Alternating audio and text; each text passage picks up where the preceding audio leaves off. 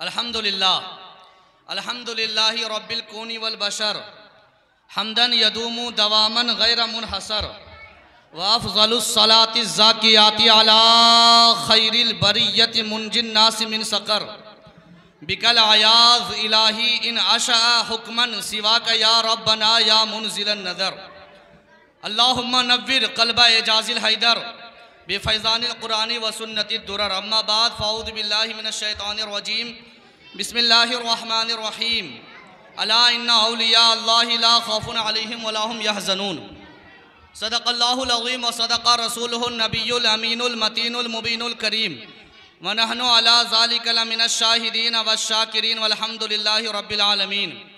खुदा के फ़ज़ल से हम पर है साया गौसे आज़म का, खुदा के फ़ज़ल से हम पर है साया गौसे आज़म का, हमें दोनों जहां में है सहारा गौसे आज़म का, हमें दोनों जहां में है सहारा।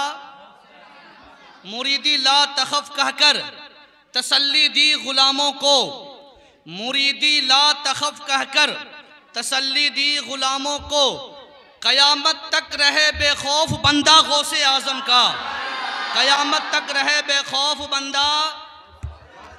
खुदा के फ़ज़ल से हम पर है साया गौसे आज़म का, हमें दोनों जहां में है सहारा गौसे आज़म का।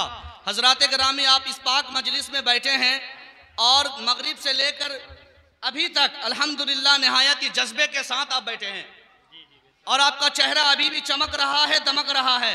किसी चीज़ की निस्बत किसी चीज़ से जब हो जाती है, अगर किसी चीज़ की निस्बत इंसान की, अगर कोई जलील चीज़ से अगर उसकी निस्बत हो जाए तो वो जलील हो जाता है। मिसाल के तौर पर अगर आपकी निस्बत शराबी से हो जाए, आपका ताल्लुक अगर किसी शराबखोर से हो जाए, आपका ताल्लुक किसी जानी से हो जाए, आपका ताल्लुक किसी गुनहगार से हो जाए, आपका ताल्लुक किसी दुनियादार से हो जाए, तो लोग आपको उसी से पहचानेंगे, जानेंगे, आपकी इज्जत और ताज़ीम करेंगे उसी के लिहाज से, यानी जिल्लत भी करेंगे शराबी की निस्बत होने की वजह से, जुआरी की निस्बत होने की वजह से।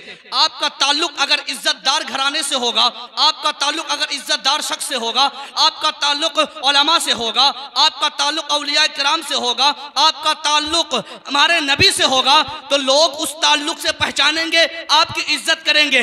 आज ये चेहरा खिलता चमकता जो आज यहाँ बैठकर मुस्कुरा रहा है, ये ताल्लुक, ये निस्बत दुनियादार से नहीं बल्कि सुभान अल्लाह, सुभान अल्लाह, नारे तकबीर।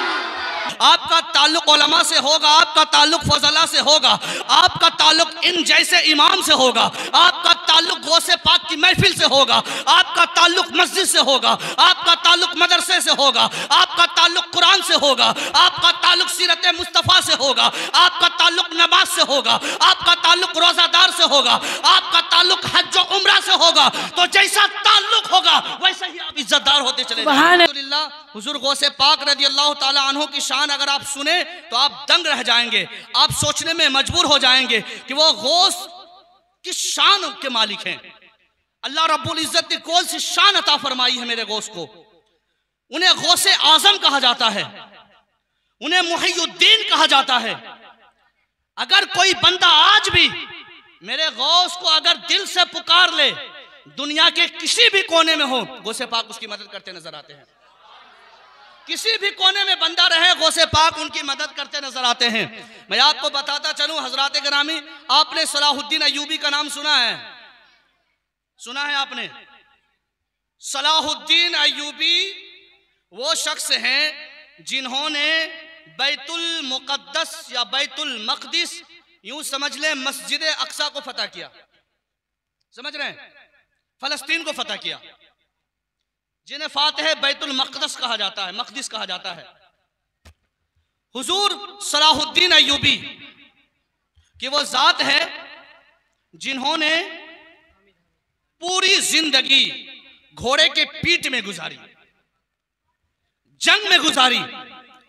आप तो जानते हैं कि बैतुल मुक़द्दस फतह करने वाली जात का नाम सलाहुद्दीन अय्यूबी है, लेकिन मैं आपको बताता चलूं, कोई भी बादशाह हो, कोई भी बड़ी शख्सियत में से कोई हो, उनके पीछे सिर्फ बाजू वाले ये लश्कर नहीं होते, बल्कि उसके पीछे कोई रूहानी ताकत हुआ करती है।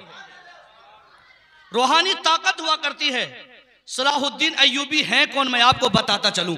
सलाहुद्दीन अय्यूबी वो हैं जिनके वालिद गौसे पाक के मुरीद थे। बोले सुभान अल्लाह, सुभान अल्लाह। गौसे पाक के मुरीद सलाहुद्दीन अय्यूबी के बाप गौसे पाक के मुरीद, उनके वालिद हुजूर गौसे पाक के पास सलाहुद्दीन अय्यूबी को लेकर गए और अर्ज किया अपने मुरीदियत में शामिल कर लीजिए। हुजूर सलाहुद्दीन अय्यूबी का बचपन का आलम है, गोद में हैं। हुजूर सलाहुद्दीन अय्यूबी को उनका बाप गौसे पाक के दरबार में लेकर गए। हुजूर गौसे पाक, तवज्जो से सुनेंगे, बात समझने की है। हुजूर गौसे पाक ने सलाहुद्दीन अय्यूबी के गर्दन पे हाथ रखकर मुरीद किया। बोले सुभान अल्लाह। हाथ पे हाथ रख के मुरीद किया जाता है, रुमाल बढ़ा के मुरीद किया जाता है, चादर बढ़ा के मुरीद किया जाता है। लेकिन गौसे पाक ने सलाहुद्दीन अय्यूबी को चादर के जरिए, हाथ के जरिए मुरीद ना किया, बल्कि ख्वाजा हुजूर अब्दुल कादिर जिलानी ने, गौसे आजम ने गर्दन पे हाथ रखी, मुरीद किया और दुआएं दी। हजरत गिरामी तवज्जो की जरूरत है। हुजूर सलाहुद्दीन अय्यूबी के जितने भी लश्कर थे जिन्होंने बैतुल मुक़द्दस को फतह किया, उनमें 60% जो लश्कर के अफराद थे वो हुजूर गौसे पाक के मुरीदीन और मदरसे में पढ़े लिखे हुए थे। हुजूर गौसे पाक के मदरसे में पढ़े हुए थे। इन्होंने बैतुल मुक़द्दस फतह की।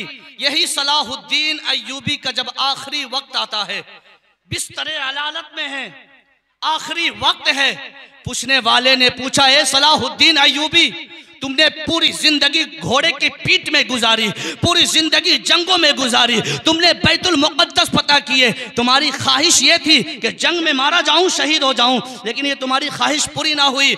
हजरत गिरामी सलाहुद्दीन अय्यूबी बिस्तर में हैं, आखिरी सांसें ले रहे हैं, लेकिन सलाहुद्दीन अय्यूबी का जवाब सुने।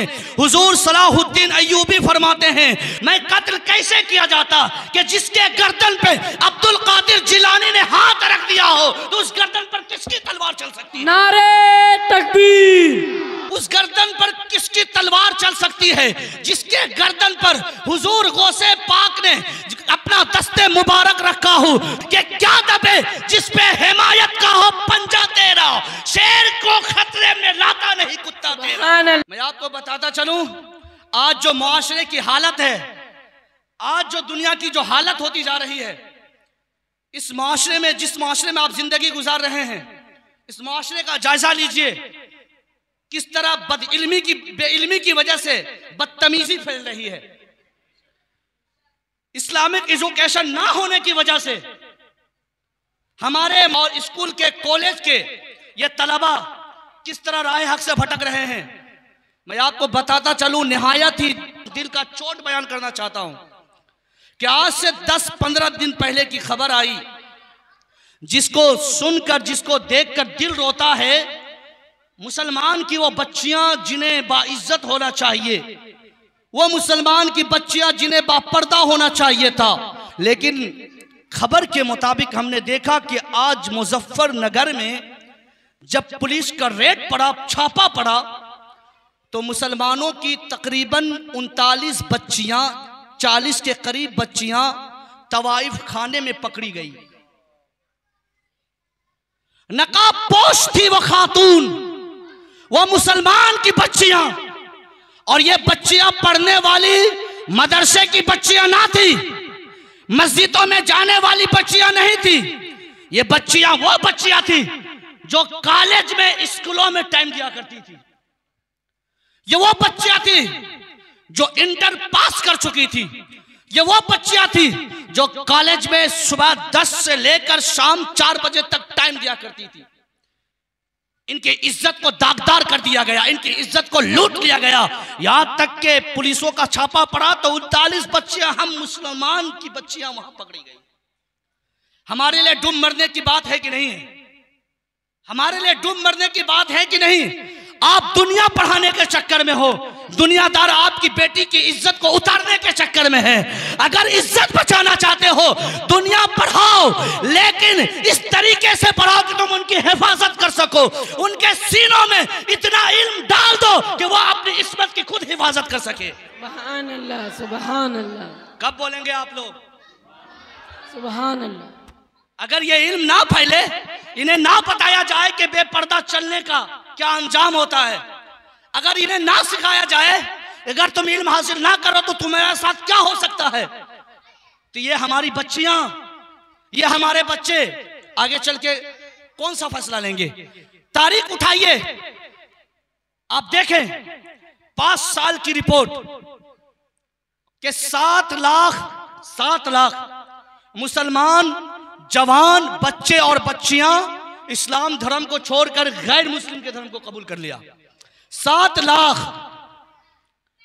खैर 7 लाख तो मजहब इस्लाम को छोड़कर निकल गए, लेकिन अल्हम्दुलिल्लाह 30 लाख गैर मुस्लिम इस्लाम को कबूल कर लिया। बोले सुभान अल्लाह।